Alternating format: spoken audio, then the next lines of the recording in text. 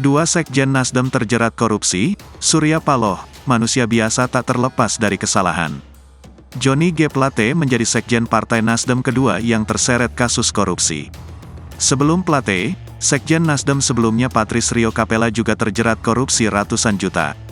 Menanggapi hal itu, Surya Paloh menyebut bahwa tidak ada di antara manusia yang bisa memastikan akan terlepas dari kesalahan, kehilafan, kebodohan, bahkan dosa. Ia juga menyebut bahwa pihaknya tidak bisa menjamin kasus serupa akan terulang di partainya. Diketahui sebelumnya bahwa mantan sekjen Nasdem Patris Rio Capella pernah terjerat kasus gratifikasi sebesar 200 juta rupiah. Ia divonis 1,5 tahun penjara pada 2015 dan bebas pada 2016. Kini, Kejaksaan Agung menetapkan Johnny G. Plate sekjen Nasdem sebagai tersangka dugaan korupsi proyek BTS Bakti Kominfo.